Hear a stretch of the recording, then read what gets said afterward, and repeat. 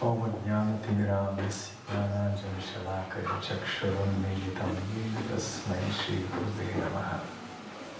Shri Chaitanya Manobhishtam Sthapitam Yena Bhutale Swayam Rupa Kadam Mahyam Dadati Svapadantitam Vandeham Shri Guru Shri Yutapadakamalam Shri Gurun Vaishnavamscha Shri Rupam Sagrajatam Sahagana Raghunathamritam Tam Sajivam Sadvaitam Savadutam Parijana Sahitam Krishna Chaitanya Devam Shri Radha Krishna Padam Sahagana Lalita Shri Vishakhanvitamscha Namo Om Vishnu Padaya Krishna Pristhaya Bhutale Srimate Bhakti Vedanta Swami Niti Namine Namaste Saraswate Deve Gauravani Pracharine Nirvishesha Shunyavadi Paschatya Desha Dharine Vancha Kalpatarubhyascha Kripa Sindhubhya Evacha Patitanam Pavanebhyo Vaishnavebhyo Namo Namah Jai Shri Krishna Chaitanya Prabhu Nityananda Shri Advaita Gadadhar Shri Vasadi Gaura Bhakta Vrinda Hare Krishna Krishna Krishna Hare Hare Hare Rama Rama Rama Hare Hare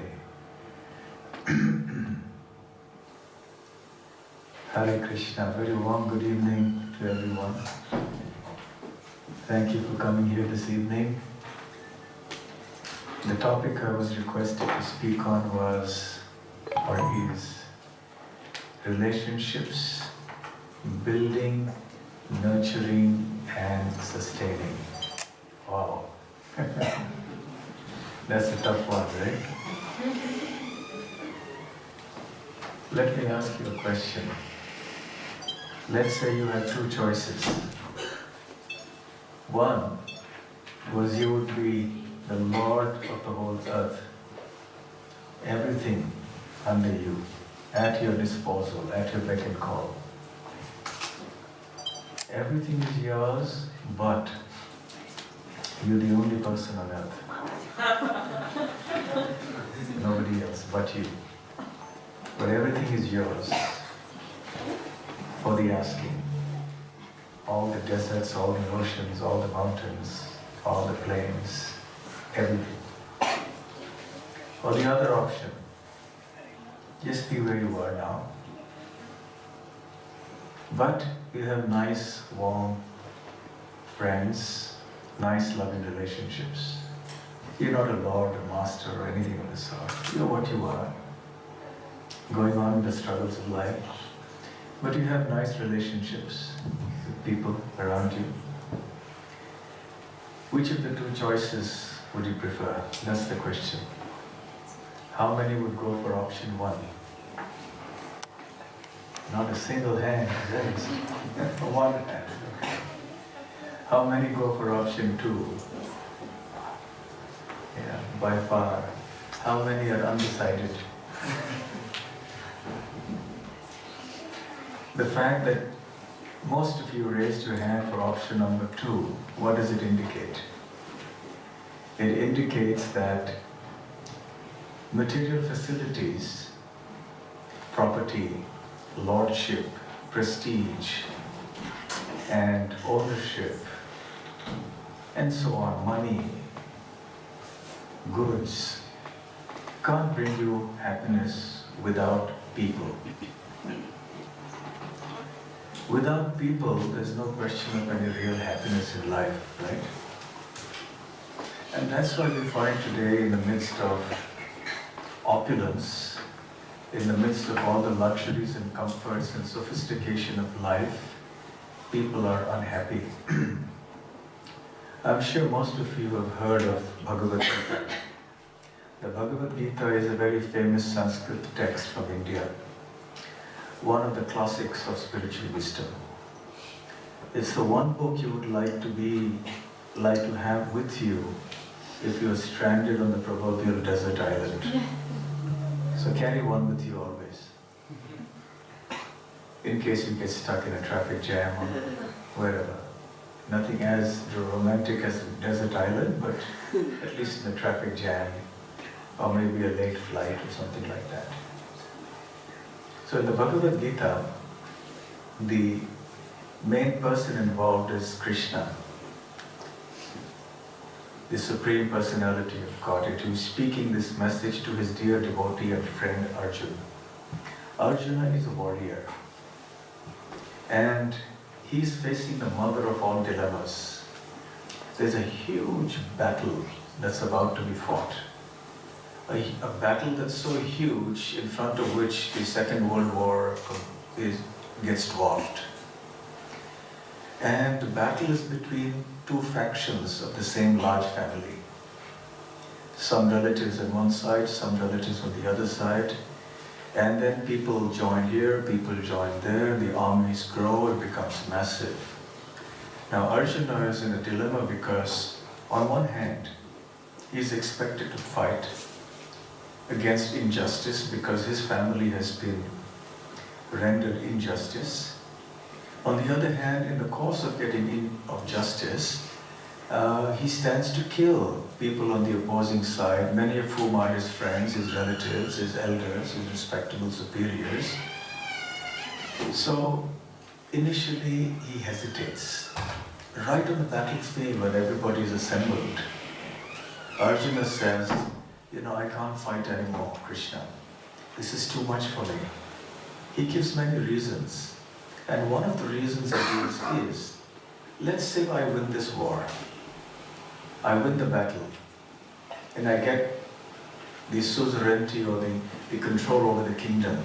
I get all the riches and the opulence that go with this kingdom.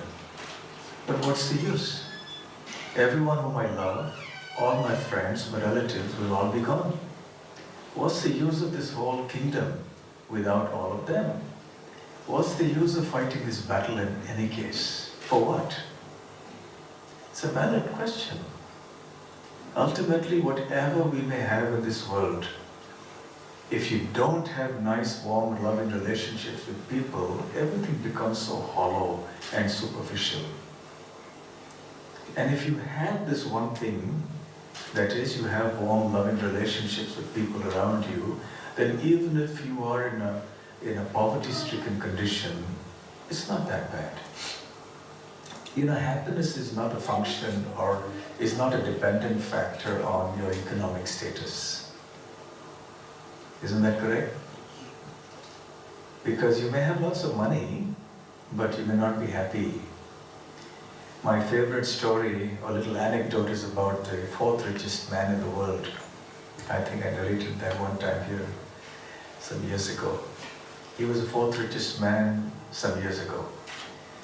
And when he was asked in a television interview, at the very end, after all the business and money questions were asked, he was asked that if God were to appear before you right here, what would you ask for? And he didn't pause. And Pat gave the reply. He said, just a little happiness. He didn't want to ask for too much happiness because he knew that was something really distant. He would have been satisfied with just a little happiness, which means that he didn't even have a little happiness, being the number 4 in the world in terms of wealth and riches and properties and so on. There is a book written by a professor. He must be a psychologist or whatever. And his book is on fun. How or why people have fun. And his conclusion is that people can have fun only when there are people around them, not alone. Now that's not rocket science. One doesn't need a PhD to know that. But people are doing research and coming to conclusions which are basically common sense conclusions. That you and I need people around us. There's a saying in English, man is a social animal. So nowadays the second part is being displayed more in the world, the animal part of it. The social part is there, but people are getting increasingly isolated. There's something missing somewhere. Even in the midst of all the advancement and development and sophistication and what have you, there's something missing. There was a survey carried out in Europe and maybe in other parts as well, amongst young people. And they were asked what is their greatest fear. And they said their greatest fear, unanimously, the largest percentage of them, in one way or the other, they said their greatest fear in life was not finding proper or true love in their life. That was the greatest fear in the whole generation that this survey carried out inquiries with. And the survey concluded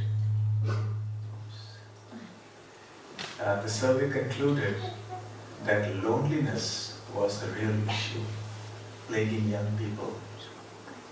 And the fact of the matter is that today the world is plagued with many huge problems. There's terrorism, there's global warming and climate change, there's unemployment, there's inflation, and there's pollution, tons of things that are wrong with the world.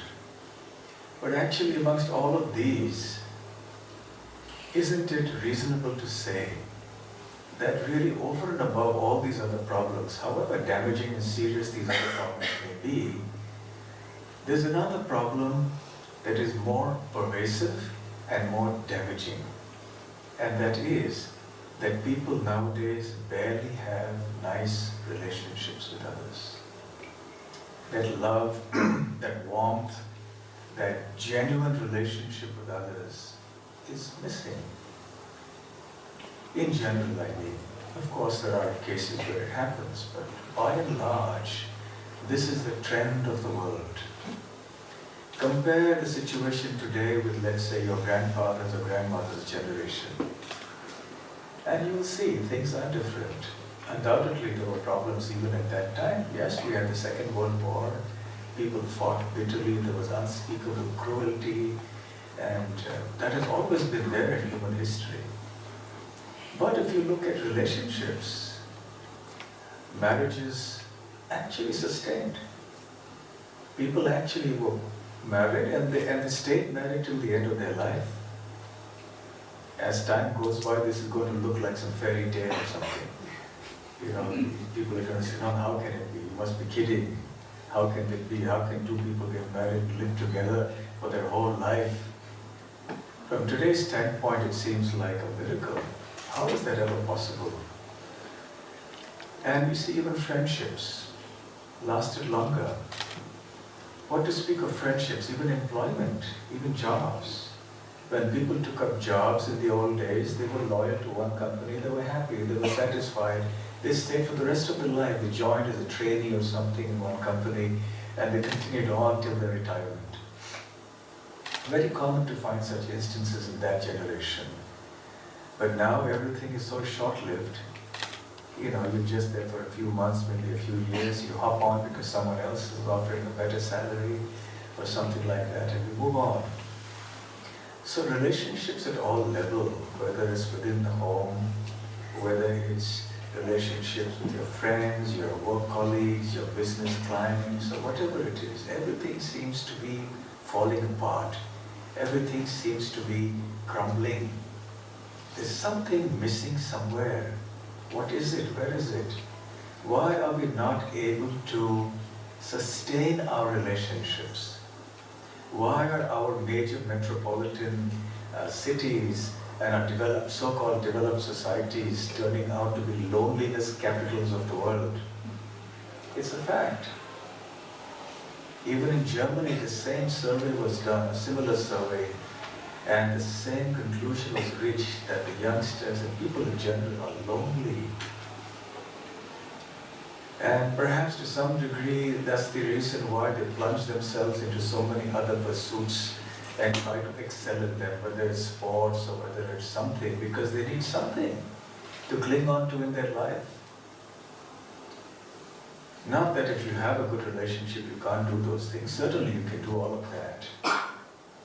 And then there is the fear of getting into these relationships and then knowing, not just suspecting, but knowing that it won't last for long. Because that's the way it is. And that's the way perhaps We become very cautious because we come from families that may have been broken, and we have experienced moving from one parent's home to another parent's home and then back, and so on and so forth.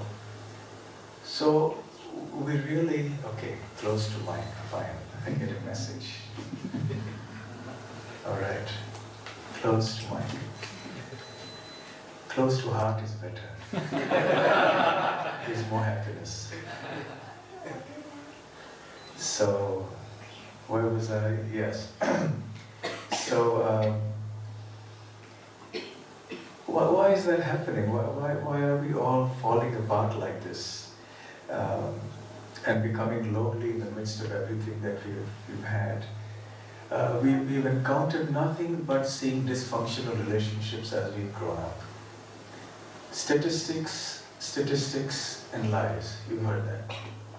But statistics speak, actually. Earlier, in the last, let's say 20 years, if you took statistics at that time, you would see that the number of divorces was rapidly increasing. And now we would expect the number of divorces to be increasing. They are, but only marginally. Why is that? Because people don't want to get married. Because what's the point? Then go through the trauma of the whole thing again. So live together and then there's breakups. This is the unfortunate tragedy of our modern day and age. Where are we heading? What are we missing? These are fundamental questions we need to ask ourselves. Terrorism and global warming, all right, we have a place, we have to deal with all of that. But fundamentally, unless we are happy at heart, at peace with ourselves, and at peace with others, how can anything else be solved? So what seems to be the reason for this? And the reason is very simple, actually. The reason is that we are getting more and more obsessed with me and I. We're becoming more and more individualistic. The philosophy that's prevalent now is individualism. Of course, there's a whole philosophy behind individualism. In short, in very simple language, what the philosophy of individualism that is prevalent all over the world now, especially in the so-called developed world, is that the individual takes priority over everything else, over any society or any social setup or in the government or anything. It's the individual's needs and desires and aspirations and freedoms that are of vital importance. Everything else is secondary. If the individual is given complete liberty and freedom to do what he or she chooses to do, so long as it doesn't harm others, then that path should be pursued. The individual and his or her needs should never become subordinate to or subservient to the needs of some collective group, like a social setup or a country or whatever it is. So this is individualism, and it has many branches and many varieties. There are dozens and dozens of offspring from this one word, individualism. And if you Google the word, I'm sure you'll find so much on individualism as a philosophy. And even though we may or may not know this word, but somehow we have imbibed this philosophy into our life that is all about me. Relationships sustained in the earlier days because it was about us, about we, not about me. The me, unless that is replaced by we, we're not going to be happy.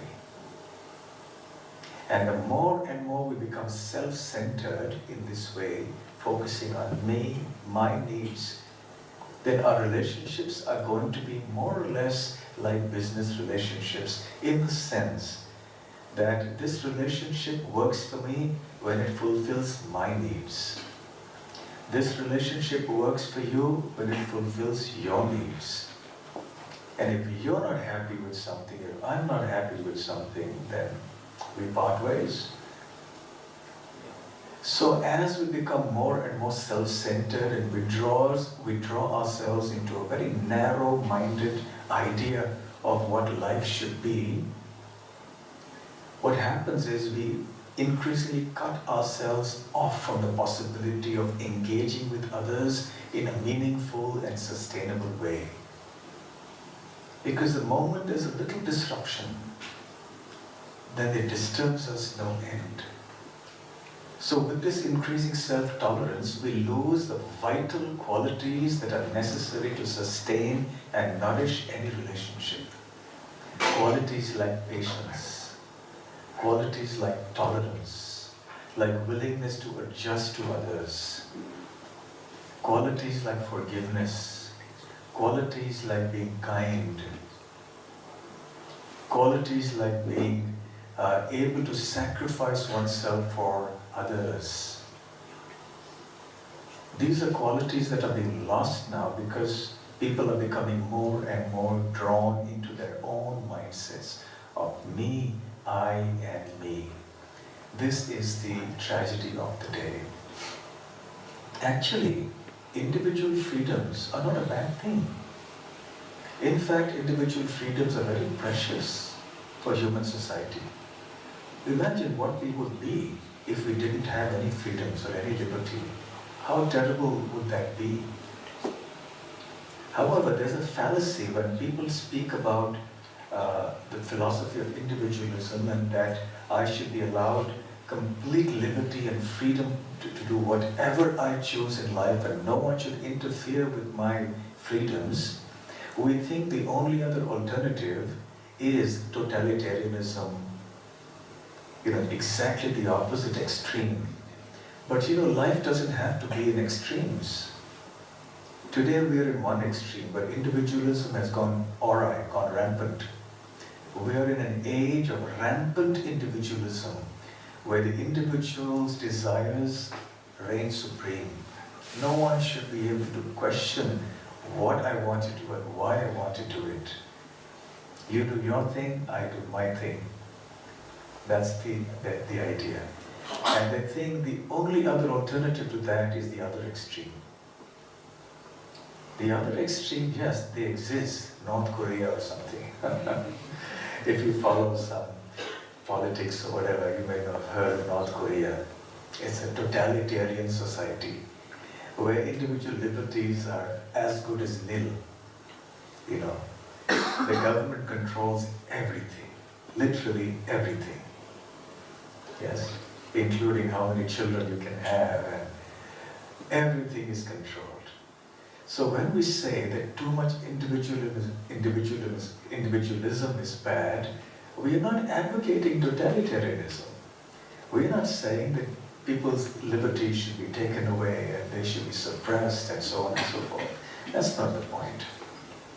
You see, what sustains things in this world is balance. The word sustain is very important.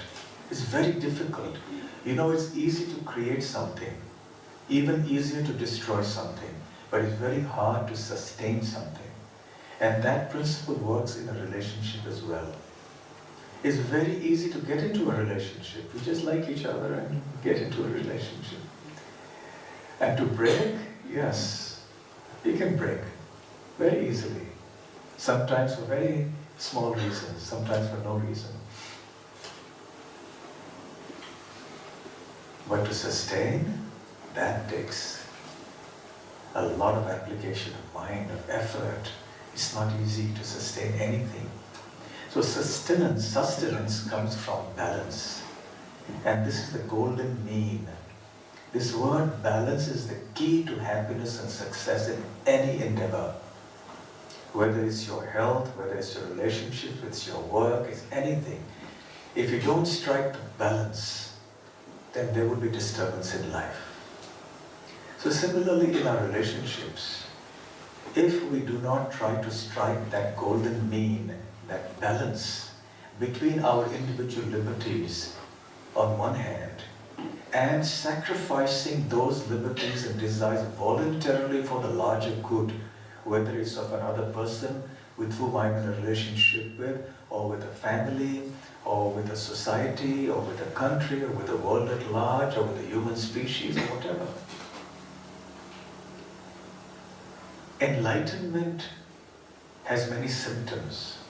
One of the symptoms of enlightenment is when one wisely and willingly gives up one's own individual liberties to a certain degree to facilitate the larger good. Individualism says that the individual good is the highest good, and therefore we don't worry about what the others say, what society says. I will not let society dictate to me what I think I should do. But there's a fallacy here. Individual good, individual happiness does not come by simply doing whatever one wants to do. Individual happiness does not come by neglecting and negating what society tells us to do. Because we can't be happy without society, we can't be happy without people around us, without relationships. So therefore, while cherishing and relishing this individual liberty and freedom that we all must have in any civilized society, we must not let it go out of control. We must learn wisely where the limits of those freedoms are. The idea that I can do whatever I like so long as I want to do it, and it's okay because I want to do it. This idea has to be regulated. And why should it be regulated and how should it be regulated? That's the question. For that we need something higher. Some higher knowledge, some higher purpose. Because after all, the natural tendency of the human mind is to want to do whatever it wants to do. Even if we ask a small child to do something, tell him, don't do it. He says, no, I will do it. So the human mind is stubborn. Bhagavad Gita says it's restless, obstinate, turbulent. It's more difficult to control the mind than it is to control the raging wind. So when the mind is so demanding, it torments us with unlimited desires and aspirations. And it flickers, it wavers every now and then. The mind says one thing now, it says another thing tomorrow, another thing the next moment. So such restlessness cannot give us stability and happiness in our life. So we have to move to a higher platform. You see, when you're standing on a platform that's shaky and creaky and that could topple over any time or that could just crack and you fall down, then how can you be stable and peaceful on such a platform? But if your platform is very strong and stable, then you are stable there. So similarly, for relationships to sustain, they must be based on some very enduring platform. And that enduring platform is not our mind. Because the mind is ever fluctuating and flickering, transient. So if we base our relationships on what I like, and you base your relationships on what you like, it will never work out. Because the mind keeps changing and we will clash and we will move apart. Our founder, Srila Prabhupada, used to give a simple example. He said, you know, if you're sitting next to a pond of water, the water is very placid and calm, and you take two pebbles, throw one on this side, throw one on the other side. When the pebbles strike the water, there are concentric circles that move out from the point where the pebbles struck the water. And the circles emerge outside and then they clash, right? But you try another experiment. You throw one pebble and then throw the second pebble exactly at the same spot where you threw the first one. Then what happens? The concentric circles get reinforced and they move ahead. There's no clash. And why is that? Because there's one center. Both pebbles strike the same spot. And because those circles are the same center, there's no clash. So long as in our relationships, you have one center The other person has another center of life, and that's usually based on the body and the mind. What my mind says that I like, I feel the need to do. If those relationships are based on the fluctuating platform, not only of the mind but also of the body, then our relationships cannot be sustained. On my previous visit to Melbourne, I saw a scene which, despite seeing everything, so many things in life, I must admit it shook me. I had gone for lunch to somebody's house, and we were just coming out and he was escorting me to the car. And right there and then, one of the neighboring houses, I suppose, there was a young man who was shirtless, and he was in his trousers and running behind a young lady. And the young lady was walking away in a huff. And he went behind her and he was pleading with her to stay. And she was, there were harsh words exchanged between the two. And then he fell to his knees. And all there, right there in front of us like this on the street. And it was a very sorry scene. And then I was talking to my host and I said, what's happening? I mean, everything's here, but why are people like this? He said, because this is a holiday, it's a long weekend. So I said, what does that have to do with it? So he said, because people they can't live together for long. Because they just come at night, they let you see each other only for some time, then you go away. So then it's fine. But weekend, you got to be with the other person for 2 whole days, 3 days.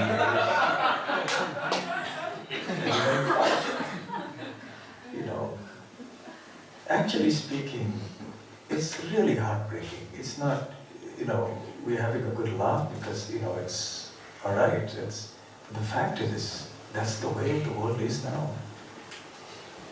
Because we're trying to be on a platform that is so shaky, so flimsy and fragile. How can our relationships be stable?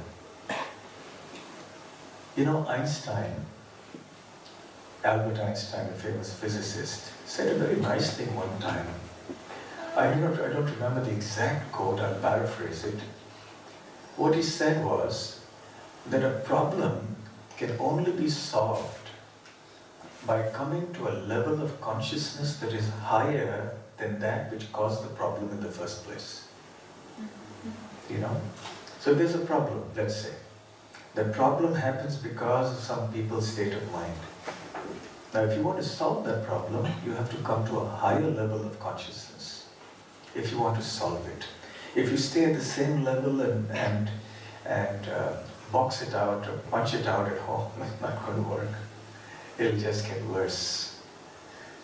So, what is that higher level of consciousness?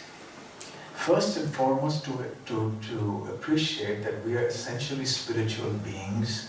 The Bhagavad Gita says we are spirit souls. The spirit soul, the Atma in Sanskrit, is not the body. The real you and the real I is the soul. The spirit soul, the Atma. This body is merely a temporary vehicle or a covering for the soul. And death is when this body is destroyed, but the soul is not destroyed. The soul moves on to another body, according to the karma performed in this life. And then the next body, and the next, and the next. And in this way, the cycle of birth and death goes on and on and on. And according to the kind of activities we perform, we get different bodies, different situations, circumstances.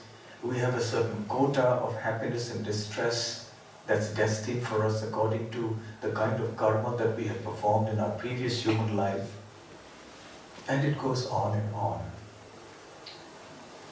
Till we realize our spiritual nature. So I am eternal, but my body is temporary.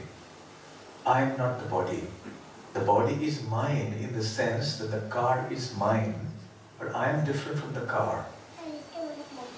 The car cannot drive or move without me, the driver. So similarly, the body cannot move without me. And the body includes the mind as well, because the mind is a subtle part of the body. So where do we come from? We as spiritual entities come from a spiritual realm, according to Bhagavad Gita. That spiritual realm is the land of Krishna, the all-attractive Supreme One, the all-loving Supreme Personality of Godhead. It's a person. The source of everything is a person. It's not one doesn't get very popular by using the word God nowadays. But call him what you may. The source of everything is all loving, all kind, all beautiful. The perfection of beauty that we cannot imagine.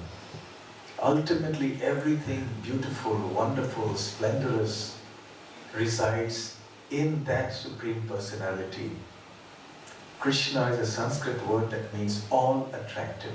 Everything you can possibly think of as being attractive resides in Krishna in unlimited quantity and perfection.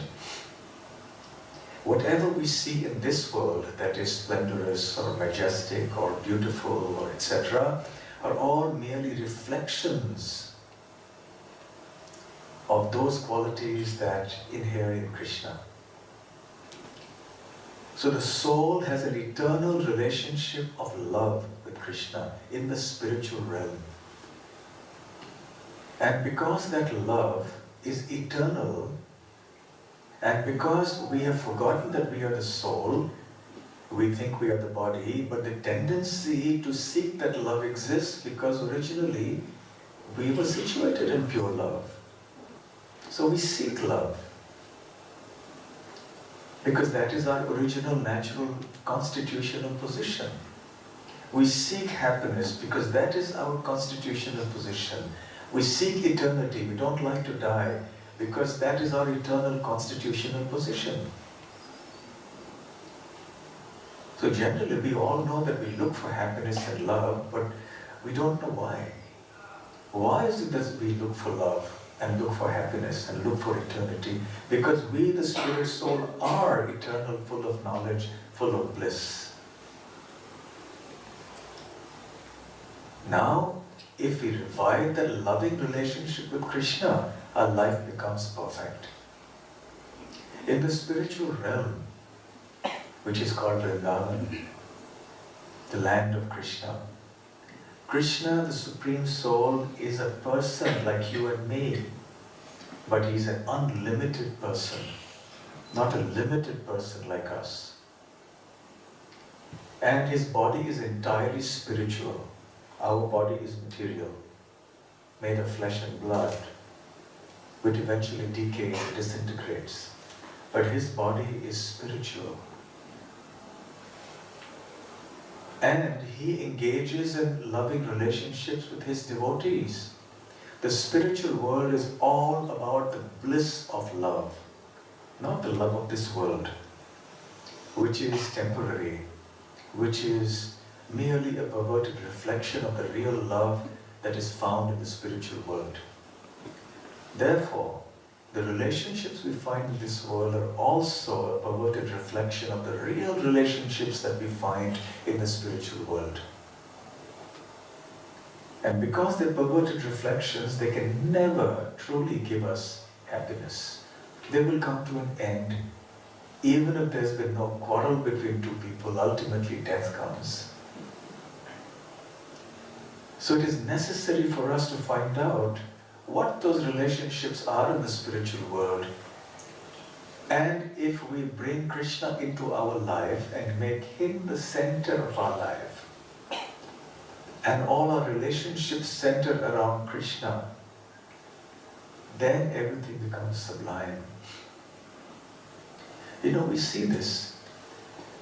Your grandfather's generation, let's say, people were far more satisfied and comfortable with minimal necessities of life. They weren't so aspirational in terms of material goods. The acquisitive tendency wasn't so strong. And they necessarily did want the high-flying life.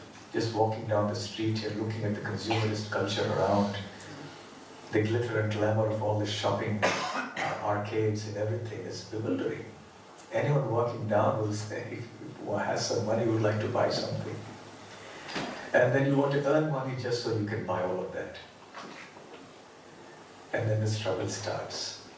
But in the previous generations, when this was not as strong, people sustained their relationships, at least for longer, even though they were not free from problems. So let us learn. If we have Krishna in the center, he becomes like that one point where the two pebbles are thrown. So long as you live for yourself and I live for myself, clashes. But if both of us live for Krishna, the supreme, all-attractive, all-loving one, we repose our loving tendencies in Krishna. And that loving tendency is something that is intrinsic and fundamental to all of us. Even the most cruel, hard-hearted person has a tendency to love. But we are reposing it in the wrong places. If we repose that loving tendency on Krishna and we develop love for him, then automatically we begin to love everybody else. And our relationships change like this, like a miracle. That's why we call it Krishna consciousness. So when we become Krishna conscious, conscious of Krishna with love, and if people around me are also Krishna conscious, our relationships will be centered on Krishna. And it can sustain happily, and they can be loving relationships. Actually, truly speaking, we cannot love other people unless we love Krishna, who is the source of our existence.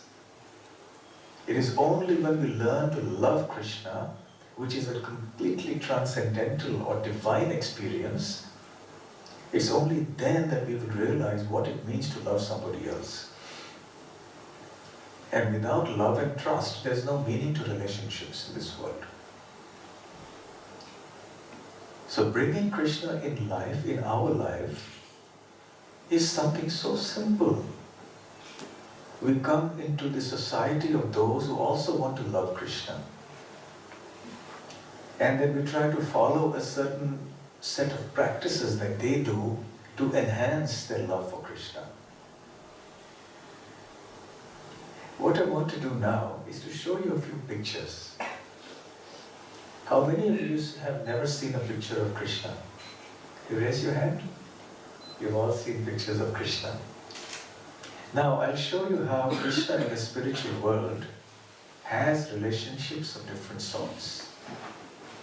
Yes? Yeah, he's blue. He's not white, he's not black, he's not brown, he's not yellow, he's blue. Why is he blue? I don't know, we have to ask him that. But he chooses that. So he's blue. The supreme soul for everyone is blue complexioned, like the monsoon cloud, a freshly formed rain-bearing cloud. That's the color. He has many relationships there. This is called a neutral relationship. Neutral means that there is love, there is appreciation, there is intense attachment. In the spiritual world, everything is conscious. The leaves are conscious, the animals are conscious, the air is conscious, the water is conscious. It's a conscious world. In this material world, only the soul is conscious. Matter is dead. This speaker microphone is dead. But because a living person is speaking into it, it acts. So, the cows, the plants, the birds, they are in a neutral relationship with Krishna. The attitude of service to Krishna is there, but not that well developed. So that's why we call it a neutral relationship. So in this world also we have neutral relationships with people where we appreciate somebody, but maybe we don't have a really close connection with him or her, and maybe we don't have a relationship of service where we actually interact and serve that person. So the trees, the plants, the birds, can we have the next one please?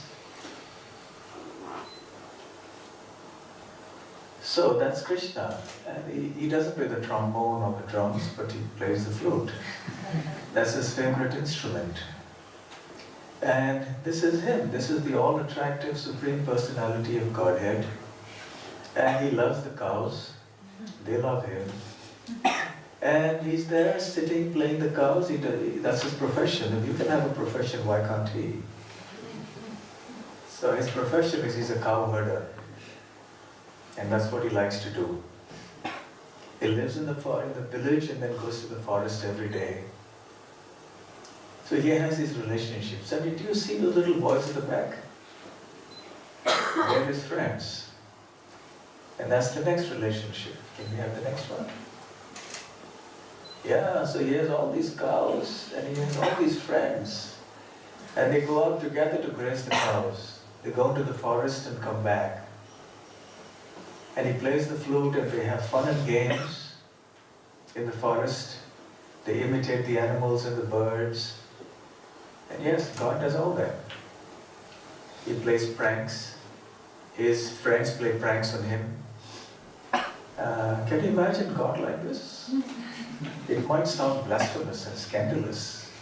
Some people say, what? People steal, they make fun of him, they climb on his shoulders, they steal his tiffin box and they make fun of him. But that's how Krishna enjoys relationships with friends. Now we have come one step beyond, 2 steps beyond actually. Because in this, there's also a spirit of servant who wanted to serve the master. That spirit is there also with Krishna because all the devotees want to serve Krishna. And Krishna wants to serve them. It's not a one-way street. Yes, can we have the next one?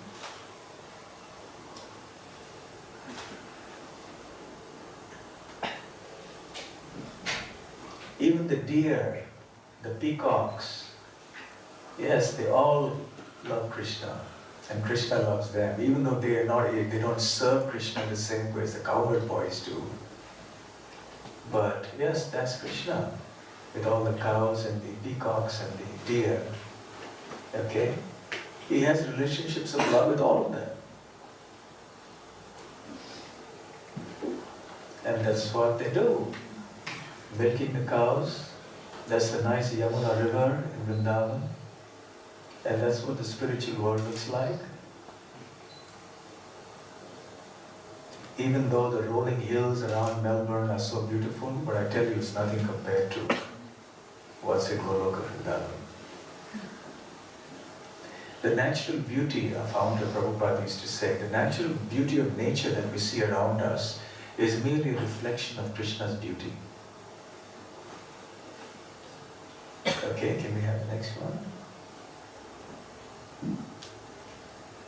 So Krishna's having fun and games with his friends, the little boy friends.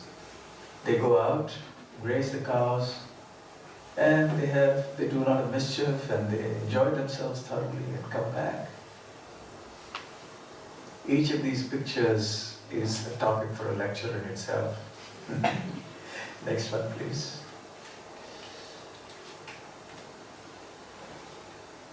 Yeah, here are some of his friends. Krishna himself serving. There's a boy get tired and Krishna will sit there and massage his feet. Oh, he must be tired after running and jumping in the forest. There's a very sweet relationship there that they have with Krishna. Yes, please, next one.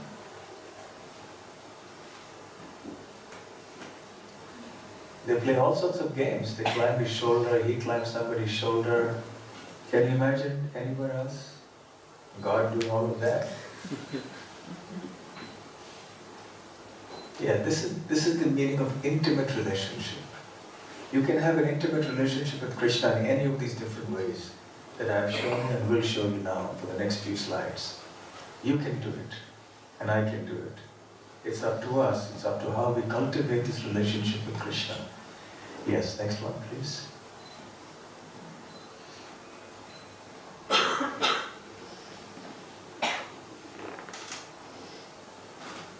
Here's his famous pastime of lifting the Govardhan hill on the little finger of his left hand. And all the residents of the village gathered under the hill, and he protected them all. There were elders, there were youngsters, there were cows, everybody gathered there. They all loved Krishna. Krishna was the center of their life. Okay, next one please.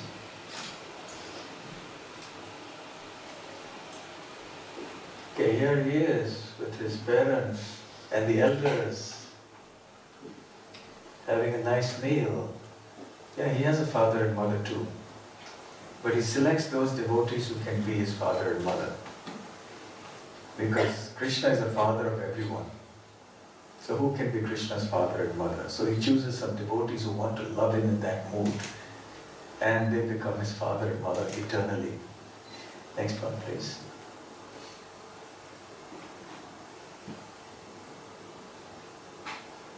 So that's Krishna's mother and Krishna. He appeared 5,000 years ago and he actually demonstrated those activities that he did over there in Vrindavan, that he does over there. Yes, continue please.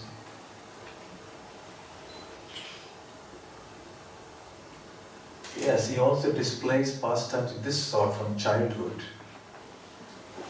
God as a child, as a kid, yeah, he plays these parts, he likes it. Next one please.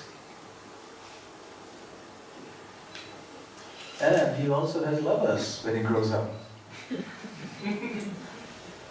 One time, somebody came to one of our temples and he saw, the lady right next to him is Radharani. So this gentleman came to our temple. We told him this is God. He said, oh, even God has a girlfriend. Yeah, so God also has a girlfriend. Which is eternally his girlfriend, no breakup. They do have a little quarrel, time to time. And then all these others, they're called the gopis. They assist in that pastime. Okay, I think we'll stop here, the pictures. That was just to give you a glimpse of the relationships that exist in the spiritual world. Whatever relationships exist here, whether it's between friends, between lovers, between parents and children, between the Lord and the servant, or whatever it is, mutual relationships, it all is a perverted reflection of what's there. So if we bring Krishna into our life, then those relationships that we have in this world will become so much more meaningful, so much more full of joy and happiness. And devoid of them, because we get frustrated with our relationships, we get disappointed, therefore we take refuge in pets. And cats and dogs, because at least they'll be loyal to us. They won't talk back to us. They won't fight with us. We can love them and they'll love us. It's a fact. This is an emotional need. So we have these pets because they will be faithful to us. There'll be no breakups. And finally, we have the neutral relationship. We absorb ourselves in our electronic gadgets. That's the Shanti, neutral relationship, because I'm with my machines. So that's all because we don't get any nectar, we don't get any taste in the relationships of this world. When we bring Krishna, then everything becomes spiritualized, everything becomes beautiful. And even if the other person is not conscious of Krishna, but if you're conscious of Krishna, still you love that person. You don't hate anybody, you don't become envious or jealous of anybody, you don't seek harm to anybody. Now these things can only happen when your heart is so full of love that there is no place left for any negative emotion. So to the extent that even if someone harms you, you don't bear any ill will against that person. So naturally, if you have a family, or a husband, a wife, a boyfriend, girlfriend, friend, whatever it may be, there'll always be a few things here and there that happen in your life. But you don't bear grudges, it doesn't become a big thing. And then your relationship goes on smoothly lifelong because you've got a higher purpose to live for. Now we're not living only, it's not just about me. It's about us and it's about Krishna. So when our relationships are based on a very solid, enduring, eternal foundation of Krishna consciousness, then those relationships will be very pure, very sublime and joyful. And they will sustain. Even in the Western world, you have the English proverb, a family that prays together stays together. Yeah? That's there, you must have read it in school.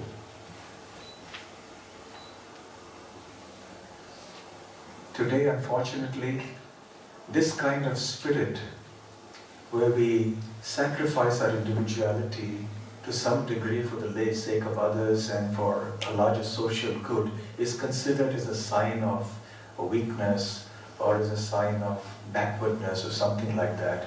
And extreme individualism is celebrated as something glorious.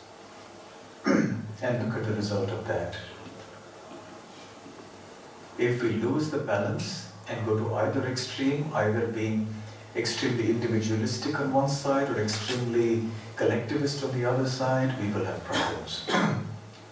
So while cherishing the individual liberties and freedoms and our expression of our individuality, we should also know where to keep it.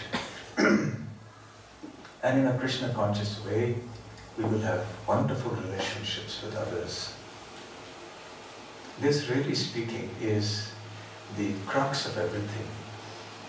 Relationships with Krishna and with everything and everyone connected to Krishna. Even the environment. A devotee, one who loves Krishna, will love the environment because it's Krishna's environment, it's Krishna's nature. For example, if I love you, I will also be careful with the things that you like and that are your property. Isn't it? So also, if I love Krishna, I will look after his property. That's this world, this environment. When you artificially try to protect the environment, but you don't give up the exploitative spirit or the highly individualistic spirit, it's not going to last.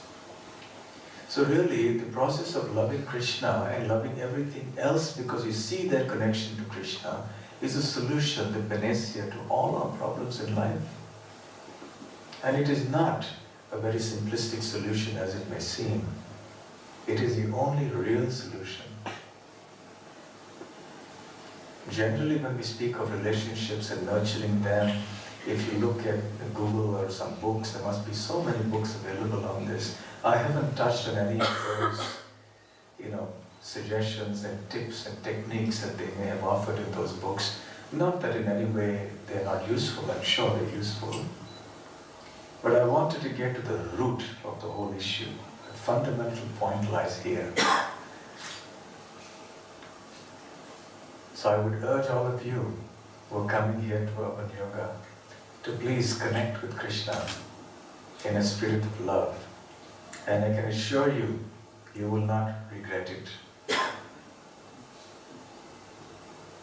The only thing you stand to lose is your disappointment, frustration in life, or any other negativity in your life that may exist. Thank you very much.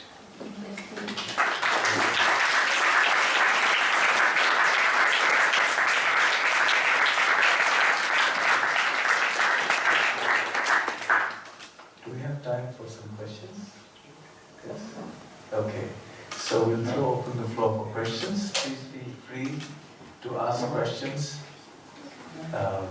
Anyway, just raise your hand and then I'll try to answer your questions.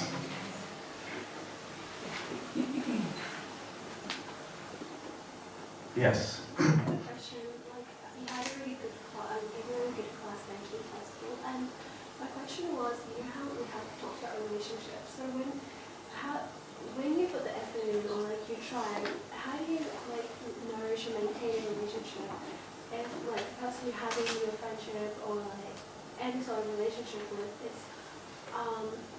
it's hard to cooperate. Sort of like how do you have a relationship despite trying, but not exactly. If you get my question, it's slightly vague.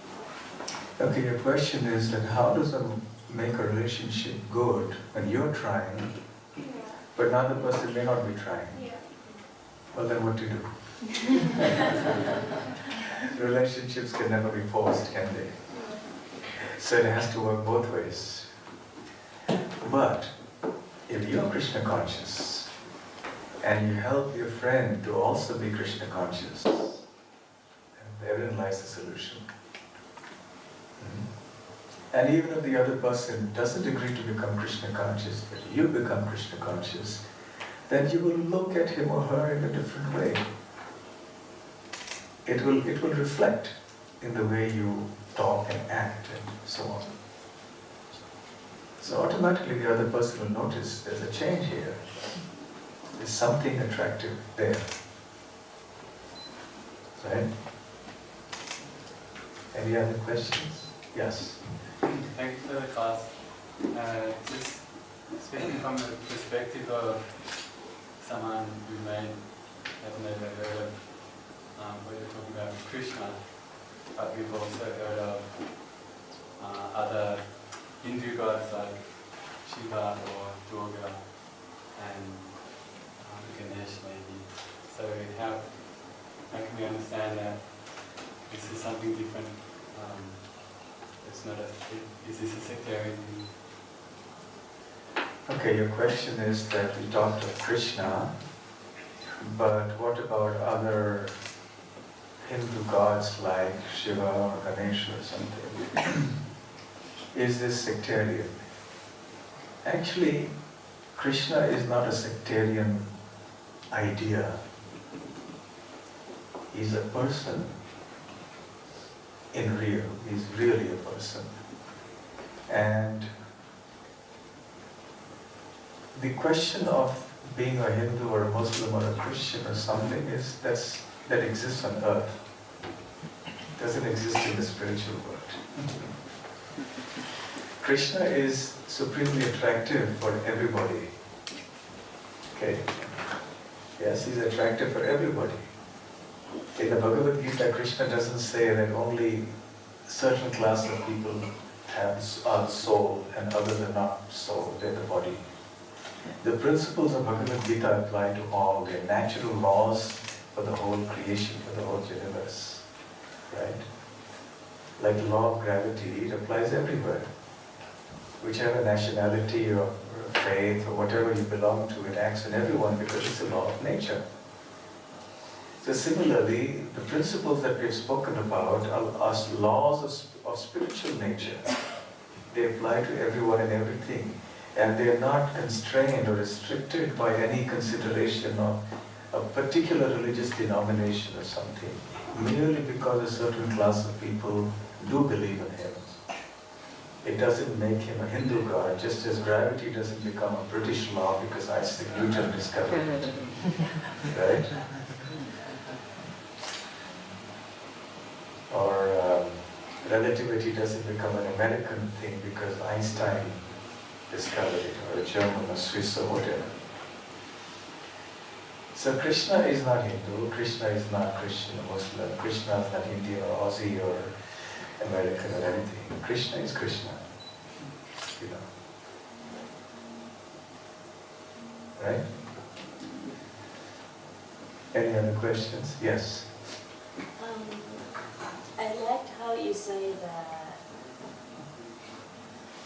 to love anyone, you must first develop love for that supreme person. And we know that when people have issues in relationships and they seek for help or counseling, modern psychology will tell you that you must love yourself in order to love others. And there's this intense focus in developing the individual, you know. So what is your stand on you say like advancement as a spiritual person and modern psychology? Is that? You mean the idea that we should love ourselves first? Yes? Is that what modern psychology says? You should learn to love yourself, then you can love others? Okay, so your question is that what do we think of this idea that we should love ourselves? But to love ourselves, we have to know who it is that we are loving. Am I loving the person I see in the mirror? If that's what I love, then that's not going to bring me happiness. That will be a cause of daily anxiety. But if I love myself, the true self, that's the soul, then I will love Krishna. So realizing myself, loving myself and loving Krishna go hand in hand. When I come in front of a mirror, there has to be some light if I want to see myself in the mirror. Before I see myself, I see the light. It's only then that I can see myself in the mirror. So like that, realizing myself, loving myself and loving Krishna like that. If I begin to love Krishna, automatically I will understand, yes, because this is the true expression of my love for myself. That I give myself the best that I deserve, the best that can possibly be given to me. And the love of Krishna is the highest gift I can give myself. So love for oneself is not to be seen in some kind of egotistic kind of way, but from a spiritual point of view, understanding that I am the eternal spirit soul, and I am part and parcel of Krishna, the all-attractive one. Okay? Any other questions? Yes. You mentioned that developing love for Krishna, so you emphasize that quite often. So how does one get attracted or develop that love without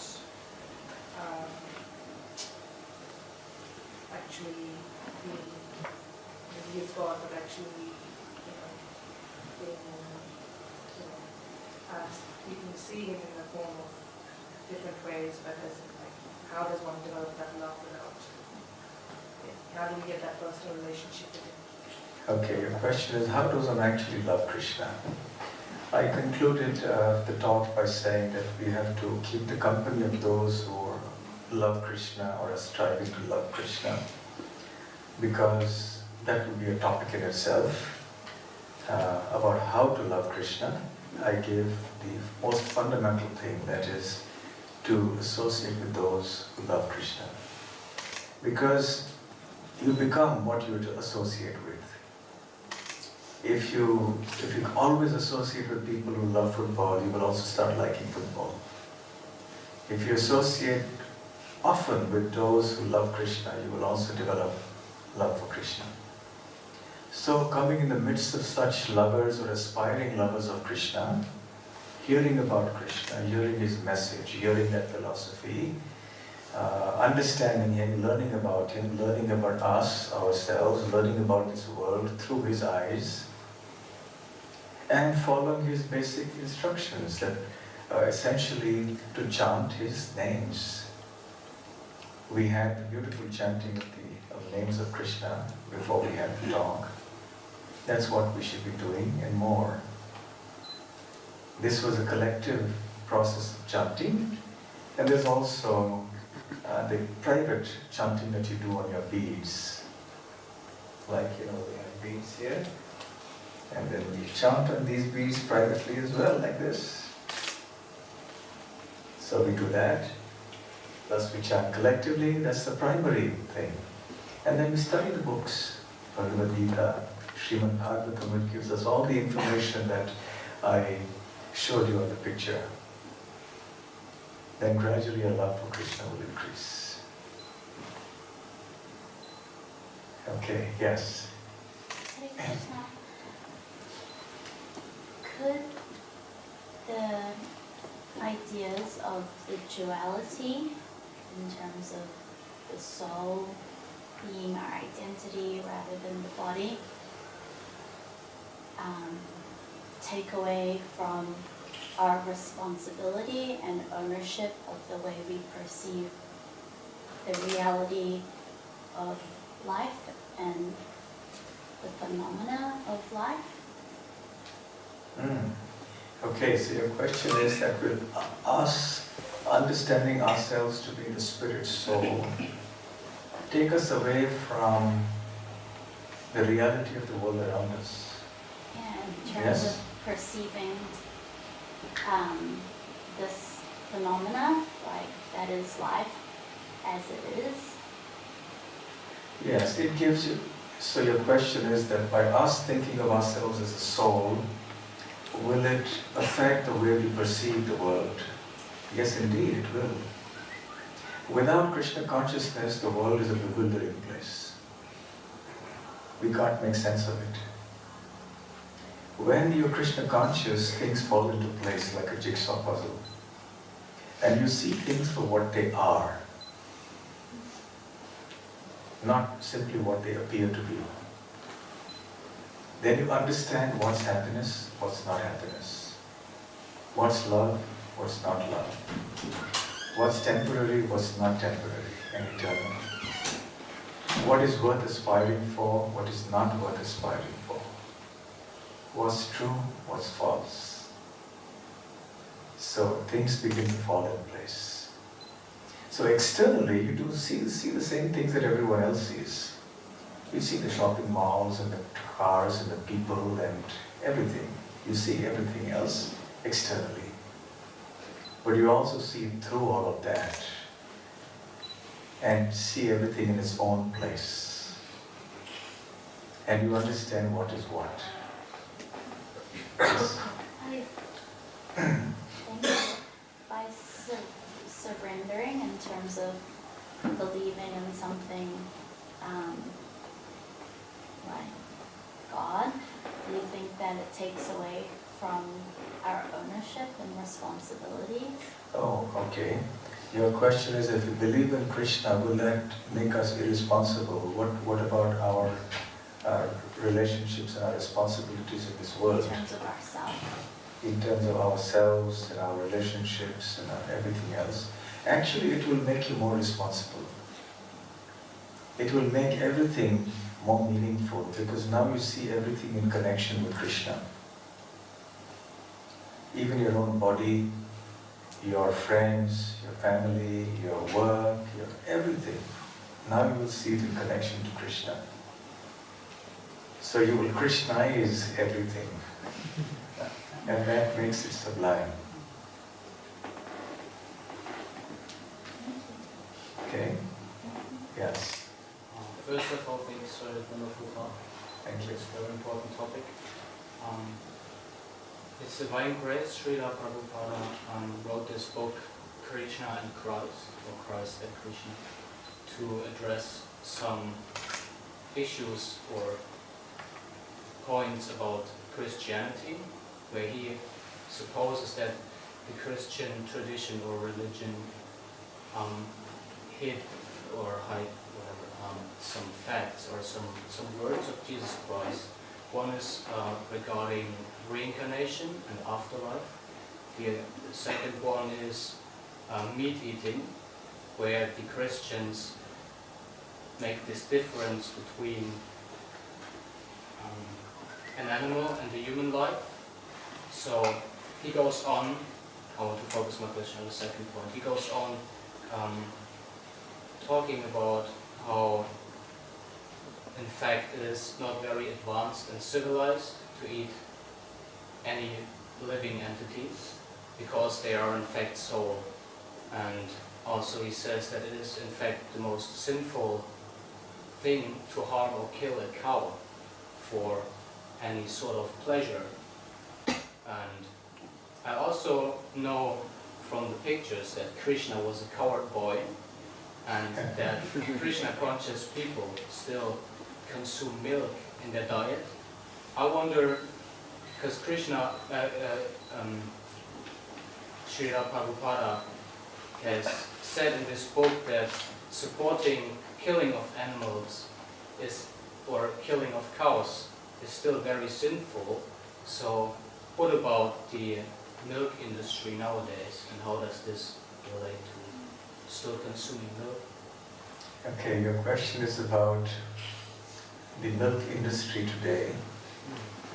The modern milk industry is based on exploitation of the cow and the bull. It's an industry. It's not a beautiful activity like we saw Krishna doing, where the cows are protected till the end, till they had a natural death. Of course, in the spiritual world, nobody dies, but so in the dairy industry, what happens is that the moment a bull calf is born, or maybe after some time, he's sold to the beef industry.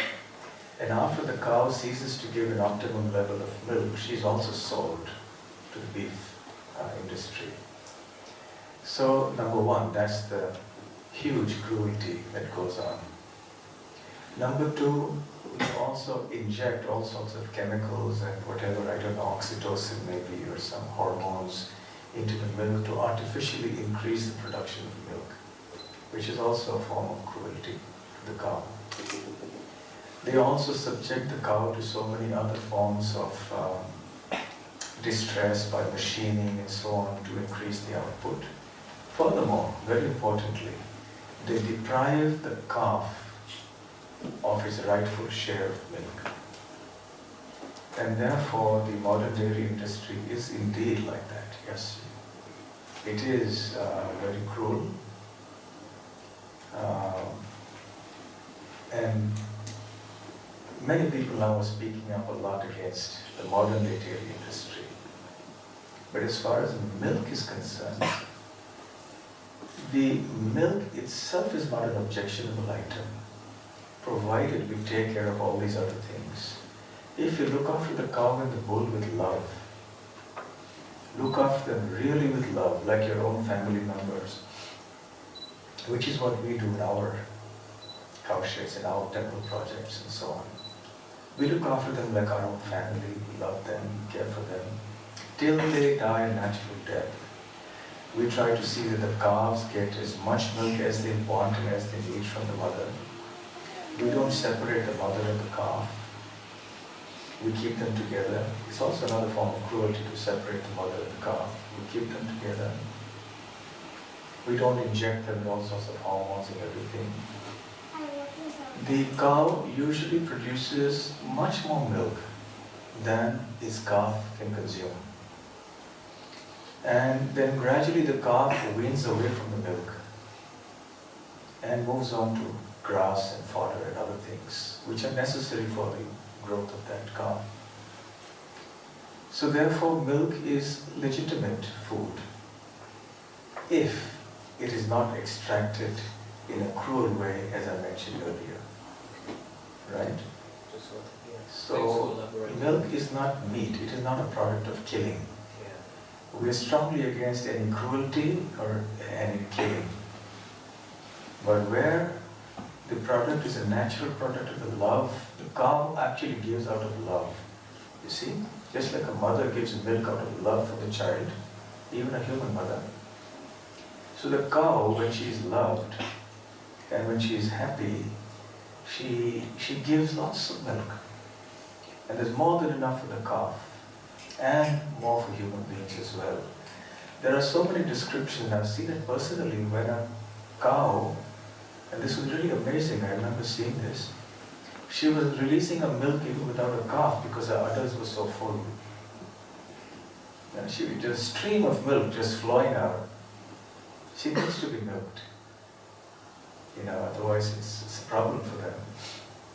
So milk is a very sattvic item, it's a very pure item. If it's cruelty-free. I mean, I see this raising cows and all this, the love giving to cows at the Krishna farms, for instance. But I also know that the temples cannot rely entirely on these cows raised in a farm, for instance. And I know for these festivals, where there's lots of milk required that just comes from the supermarket. So, yeah, I'm not always sure if this is entirely fitting together. Yes, you see, as far as possible, our society has come so far away from Krishna's standard, so far away. And here we are with a few temples struggling like anything to maintain a few cows. And even that is so hard because you have the people who live there, and then there's various challenges that you face. And the modern dairy industry has made it's so difficult for farmers to, in fact our devotees, some of them, they're working towards what we're calling an Ahimsa milk project, who are cruelty-free and trying to do it on a commercial basis so that people will get cruelty-free milk available. But it's a real challenge because the milk that is produced like this will be 4 times as expensive as milk available in the supermarket. But why are these supermarkets able to sell it so cheap? Because they get a lot of money by selling the cows and the bulls. And they get a lot of money by injecting them with things to extract more milk from them and so on. So they're able to bring down the price so significantly. But if you don't sell the cows and bulls, and if you treat the cows and bulls with love, then the cost is so much more. That's the way the standard is. So for temples to compete with huge industries is very difficult. But I think slowly as people become more aware of it, it's going to catch on. So I think there is a phase of struggle going on, where even Krishna's temples are struggling to keep up with it all. But ultimately, yes, you offer the milk to Krishna, Krishna accepts it. We try to do the best we can. But yes, what you're saying is an ideal situation and we should move towards that. And I think lots of devotees are making efforts to do that. Okay, I think we are out of time now, isn't it? Or do we have time? One last question. Anyone else? Okay, one final question. You have the last say. Thanks also for the talk.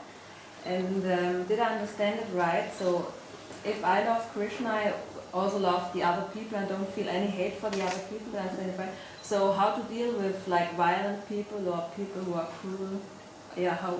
And I see something. Maybe I've seen, for example, the last time we have seen a scene in our hostel where there were a couple and they fight each other. So yeah, how should I deal with something like this? Yeah, I mean, loving Krishna doesn't mean that we tolerate injustice or exploitation, right? Loving Krishna doesn't mean you become passive and inactive and weak.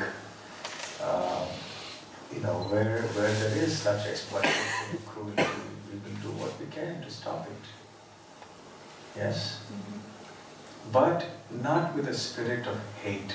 Mm-hmm. Not with malice. What is malice? Malice, what is it? Malice means hatred, negative emotion. Mm-hmm. Yes? Mm-hmm. Not with hatred.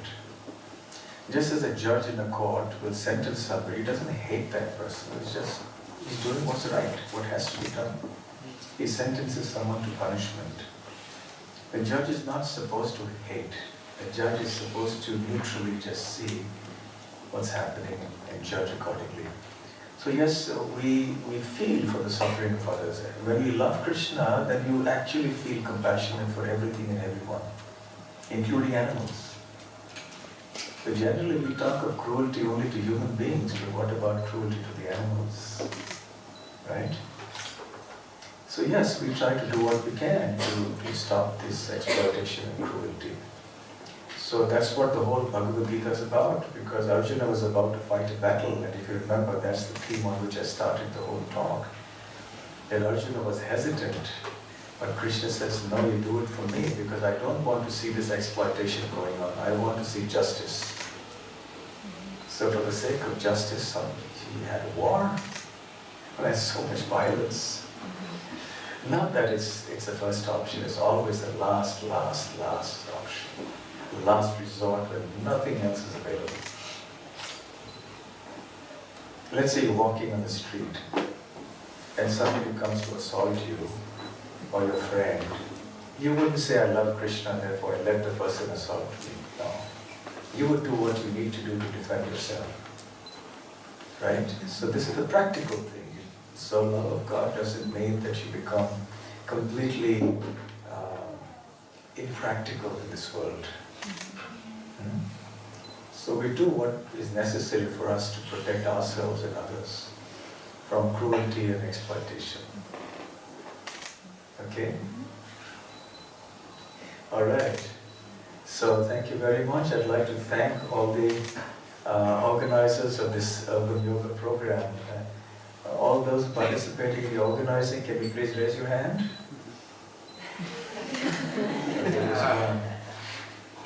Okay, thank you very much for organizing it and for participating. Those of you who helped out in different ways, my thanks to all of you. And definitely my heartfelt thanks to all of you. You've been a wonderful audience. None of you were texting in the class. None of you fell asleep in the class. And I thank you for encouraging me with your attention. Thank you very much and my best wishes to all of you. Hare Krishna.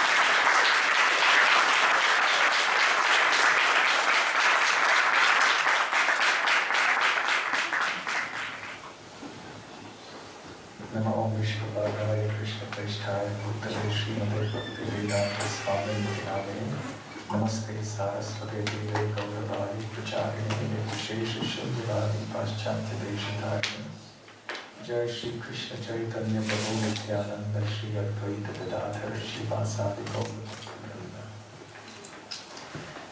Hare Krishna Hare Krishna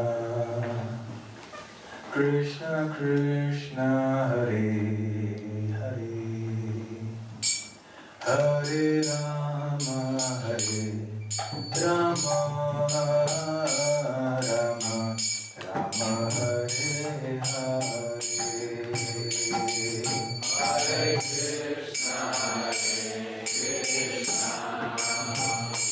Krishna Krishna Hare Hare Hare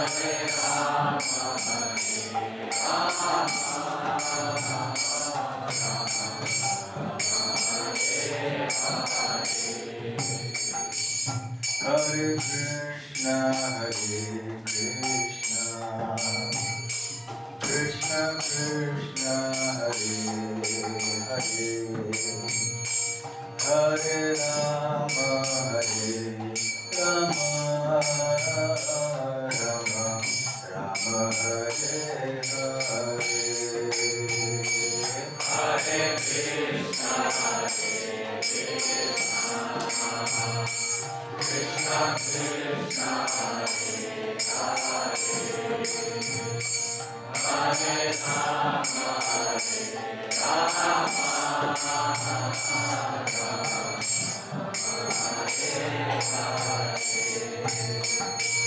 Hare Krishna, Hare Krishna.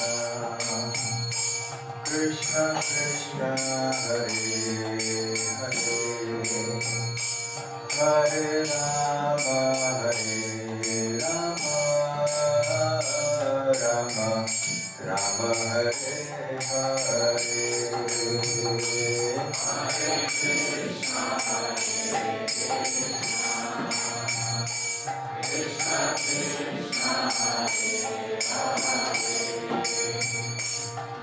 Krishna Krishna Hare Hare Hare Rama Hare Rama Hare Krishna, Krishna Krishna, Hare Hare, Hare Rama, Rama Rama, Hare Hare. Hare Krishna, Krishna Krishna, Hare Hare, Hare Rama.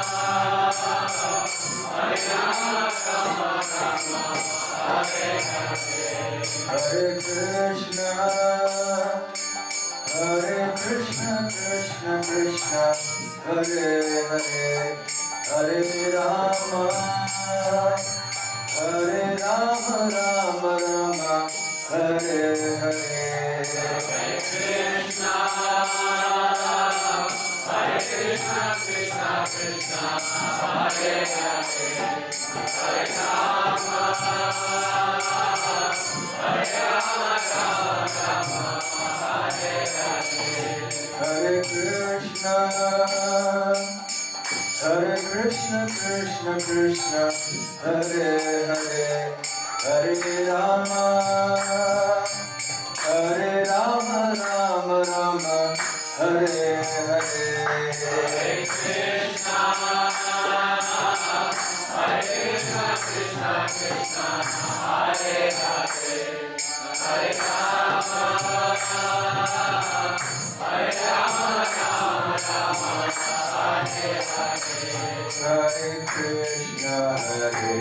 Hare Rama, Hare Krishna, Krishna Krishna, Hare Hare,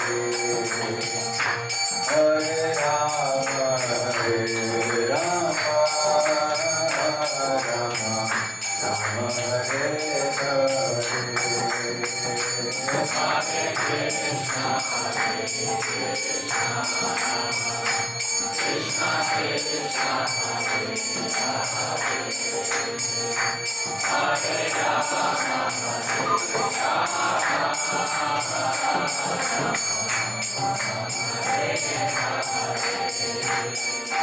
Hare Krishna, Krishna Krishna, Hare Hare Krishna, Krishna Krishna, Hare Hare, Hare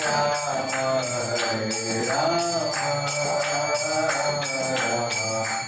Rama Hare Hare. Hare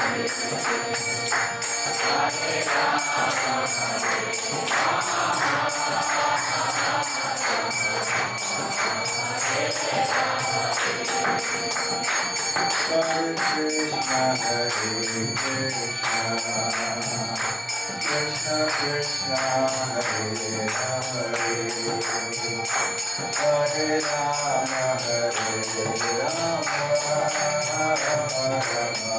Rama Hare Hare.